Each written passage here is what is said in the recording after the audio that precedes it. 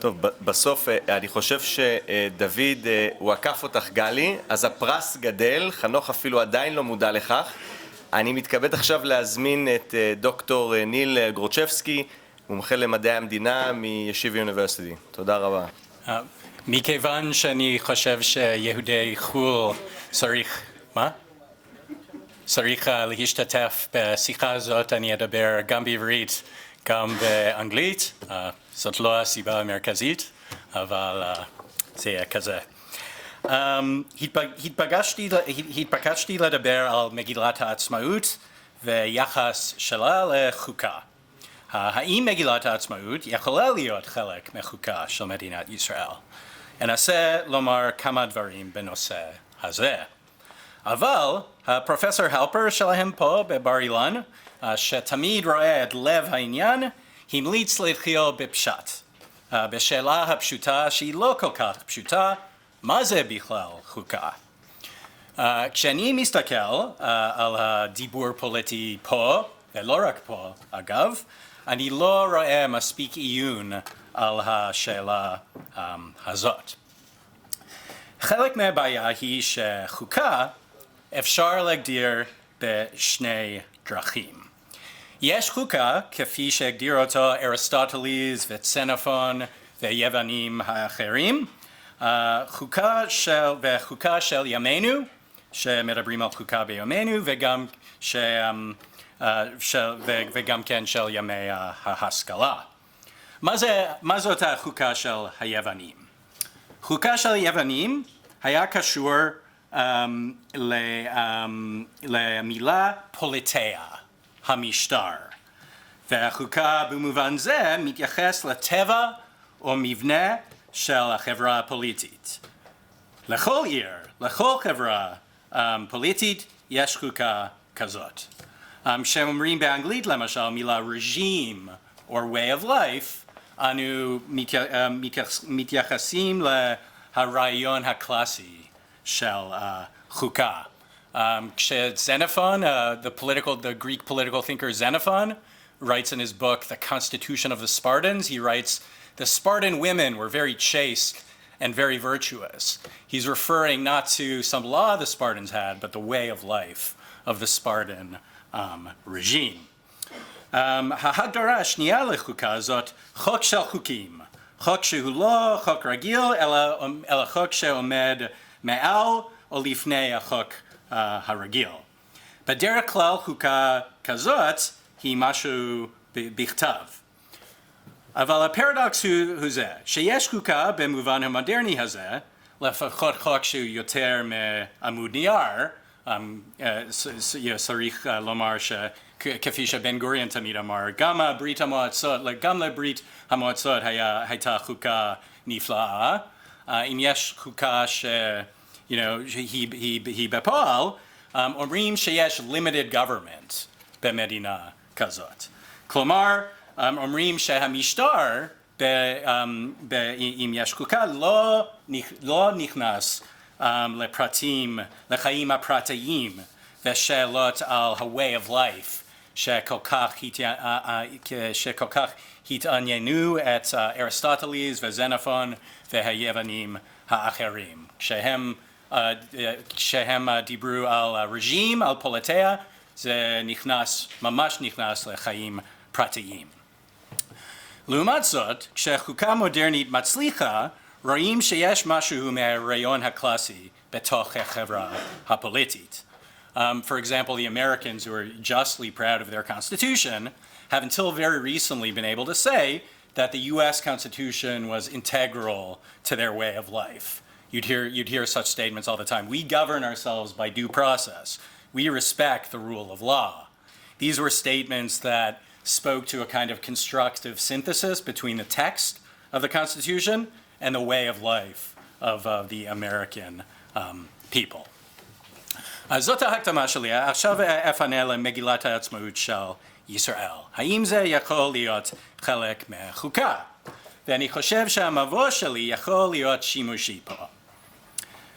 במובן המודרני של חוקה, זה ברור שמגילת העצמאות של ישראל לא הייתה ולא יכולה להיות חלק של חוקה. מגילת העצמאות עצמה הכריזה שהיא לא חוקה. כאשר במסמך, כאשר זה מבטיח שתהיה חוקה למדינה, commonsensically it implies it is not itself a constitution. Even more than this, the promise contained in the Declaration of Independence that there will be a constitution was not done from any deep belief that there should be a constitution for the state. That clause on that there shall be a constitution by, that the Jewish state will draft a new constitution was put in to satisfy the demands of the United Nations, which had put very specifically in the UN Resolution 181, passed in November 1947, which attached very specific conditions for the states to be that were to arise in Palestine. One of those conditions was there have to be a constitution. That was what was on their mind when they wrote that clause, and actually many other very significant clauses in the Declaration of Independence. And that's an important fact, and I see this is often missed in the current discourse on the Declaration of Independence here. It was a document that aspired to speak to future generations, but it was also a document that addressed, very practical issues of the moment for long forgotten political controversies. And if we're to understand the Declaration of Independence, we have to reconstruct what those controversies were at the time. And the Constitution is one prominent example of this in the text. גם בג"ץ, כפי שאתם יודעים, אמר בקול חזק in the early years of the state that the Declaration of Independence was not a constitution. There are two cases in particular, Tik Rishon Ziv, quote, I only have the English version of this here.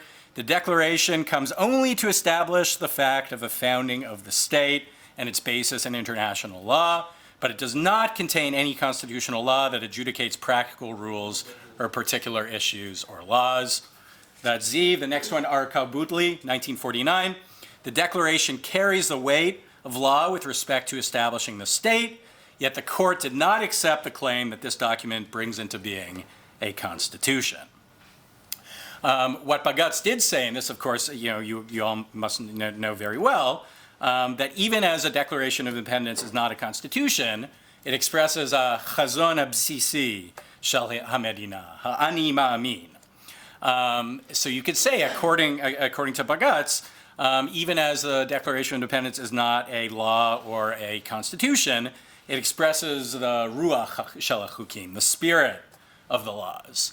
And I think this is a fairly solid basis on which to proceed. Nothing that's happened in subsequent developments of Israeli jurisprudence persuades me that the Declaration of Independence itself could be a constitution or part of one. On the other hand, could we think of Israel's Declaration of Independence as expressing something constitutional about the nation in this ancient sense, which I've articulated, expressing something about the way of life of the state? And here I think we're on more promising ground, although there are some difficulties and problems as well.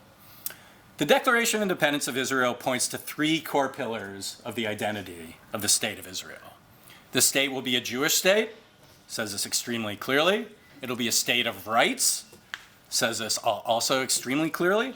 And it'll be a strong sovereign state, which will be devoted to protecting both of these elements.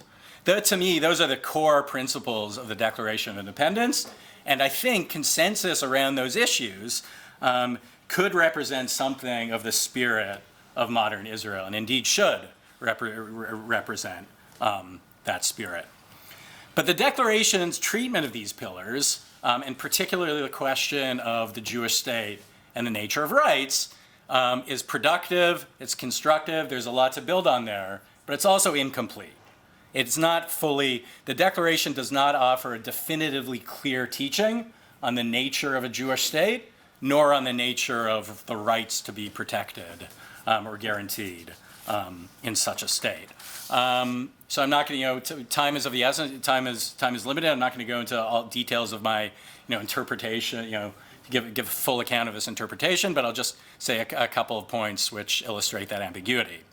So, as this truly immortal paragraph that Ben Gurion writes on Sefer HaSfarim at the beginning of the Declaration of Independence is an attempt to distill something on the nature of Judaism insofar as it can be used to elevate a modern political state. It's the clearest articulation you could find that the state will be a Jewish state. The arachim, or the treasures, in Tanakh are said to be universally relevant. They connect the particular project of founding a Jewish state with universal aspiration. The Jews deserve a state because the work that the Jews did in antiquity, expressing the principles in Tanakh, have universal merit and deserve to continue their journey through history. They've shaped humanity on the whole, and they deserve to continue to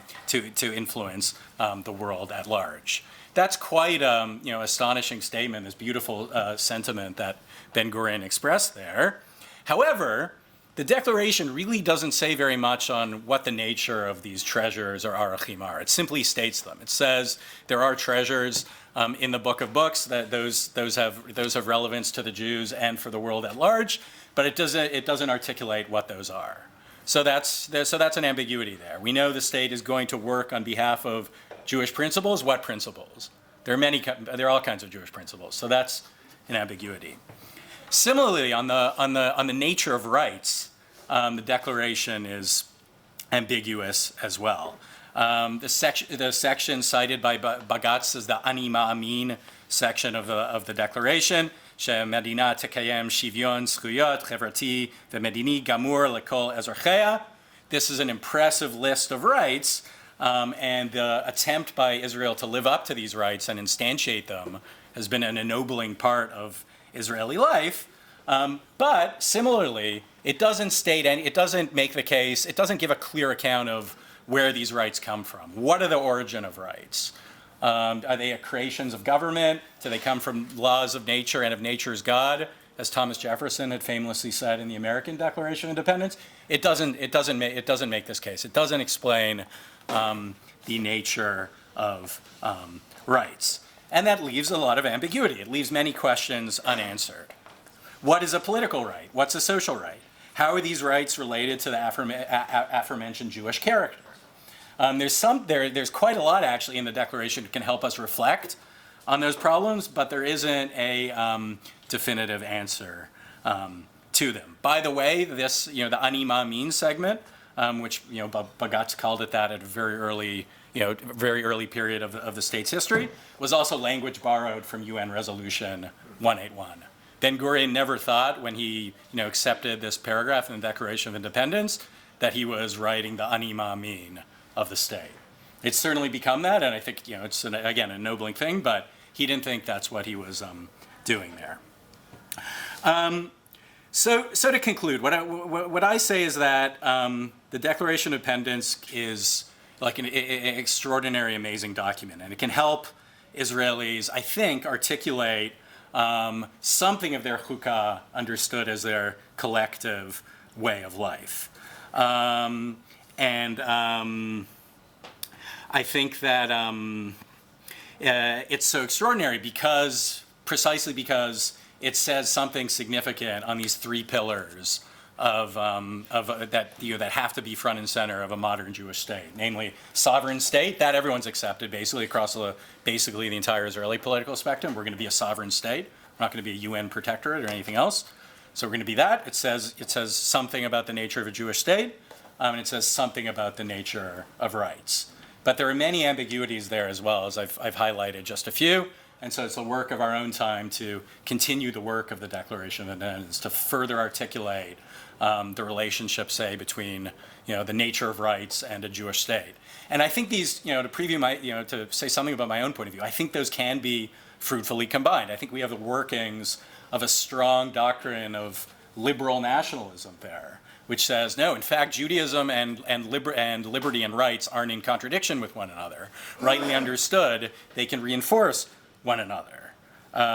תורה אחת ומשפט אחד יהיה לכם ולגר הגר איתכם. And this is a project for us to develop that sentiment further. תודה רבה. Thank you.